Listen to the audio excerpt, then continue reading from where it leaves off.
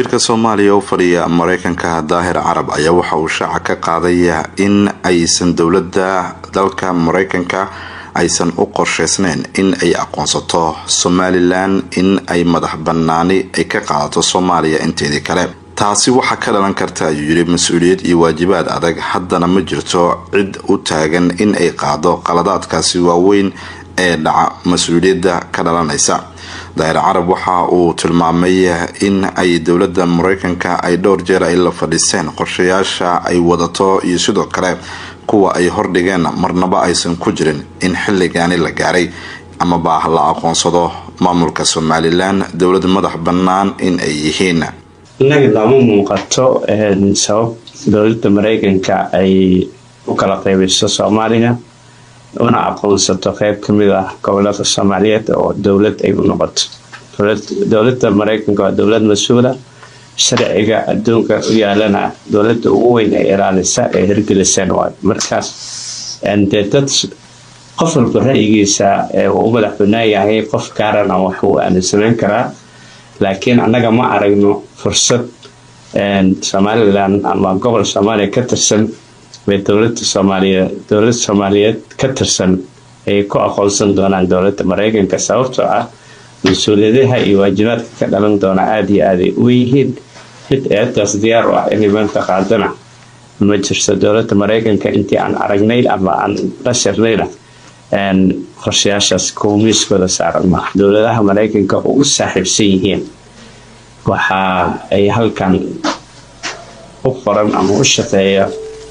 shirkado laab ah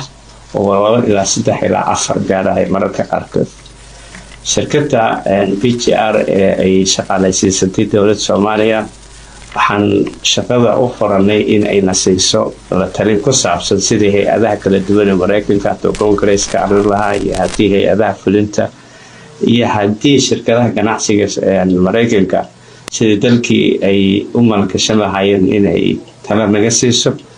shuruuciyaha ama shuruucda dalkan ka soo baxaysana sidii ay nolol socodsiin lahaayeen mar walba saameynta uu dalkeena ay ku yeelan kartana si aan u sii ogaano marka in danaha Soomaaliyeed ee dalka Mareykanka nooga xiran sidii loo horumarin lahaa inay talo naga siiso ayaan u shaqaaleysanay shaqo weyn bayna ilaa hadda noo qabteen waan rajaynaynaa in shaqadaas ay noo sii socoto. Inaga waxaan aaminsanahay dowladda Soomaaliya مسؤولية أي أسعارا وأنا سعنا لنعكلا سفير كصوماليا وفديا دلك مريكان كظاهر عرب أو رئيسي الصيني فيو أيضا لانتي دي أبكا صوماليا ayaa waxa uu shaaca ka qaaday in dowladdiisu ay codsanayso in hadda wixii ka dambeeya ay hay'adda USAID gargaarka Soomaaliya ay siiso ay si toos ah ay ugu dirto dowladda federaalka ee Soomaaliya. markii hore waxa la tilmaamay in loo marsiin jiray hay'adaha gargaarka iyo NGO-yada. Daahir Carab waxa uu tilmaamay inaysan ka walwalsanayn in ay ka go'i doonaan arrimihii logistikada iyo mushaaraadka oo ay ciidamada danab dowladda Mareykanka ay ka taageeri jirtay. haddii dowladda Mareykanka ay go'aan u gaarto inay gargaarkii Soomaaliya ay siin jirtay ay sii wado in gargaarka uu noqdo mid dowladda Soomaaliyeed toos loo siiyo oo aanan gacan saddexaad soo marin saas ayaana aan aaminsanahay in dadka Soomaaliyeedna ay abaal weyn uga hayn doonaan dowladda Mareykanka. dabcan dowladda Soomaaliya way u diyaarsan tahay una diyaar garoobaysa muddo fog baa ku tiirsanaanta kaalmada shisheeye sidii loo yareyn lahaa sida la socotana qorshaha qaranka National Development Plan-kana wuxuu ku saleysan yahay isku tashi wadan Soomaalidu